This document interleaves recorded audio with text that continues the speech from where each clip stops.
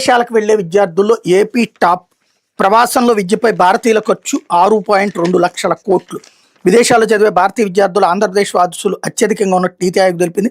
Internationalisation of higher education of India దేశంలో ఉన్నత విద్య అంతర్జాతీయకరణ పేరుతో సోమవారం ఒక నివేదిక విడుదల చేసి 2016లో 46,818 మేర ఉన్న ఏపీ విద్యార్థుల సంఖ్య 2018లో 62,771 పెరిగినట్టు వెల్లడించింది. కోవిడ్ కారణంగా 2020లో మాత్రం 35,614 తగ్గినట్టు తెలిపింది.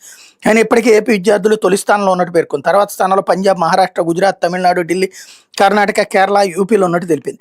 24 లెక్కల ప్రకారం మొత్తంగా 13.5 లక్షల మంది విదేశాల్లో చదువుతున్నారు. ఇందులో 8.5 లక్షల మంది అమెరికా, బ్రిటన్, కెనడా, ఆస్ట్రేలియాలోనే ఉన్నారు.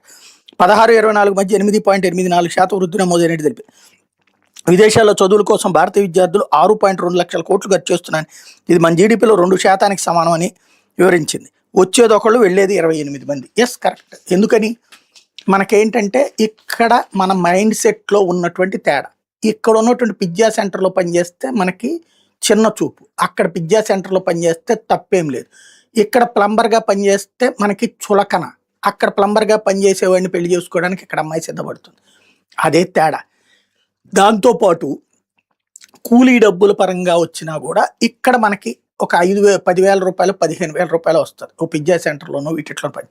అక్కడ 1,50,000 రూపాయలు వస్తుంది. అక్కడ రూపాయల్లో అక్కడే. కానీ మన లెక్కన ఒక 50,000 ఖర్చు పెట్టుకుని 1,00,000తో బతికే ఇచ్చి దాచుకోవచ్చు అనేటట్టు డబ్బులు దాచుకోవడానికి అక్కడికి వెళ్తున్నారు.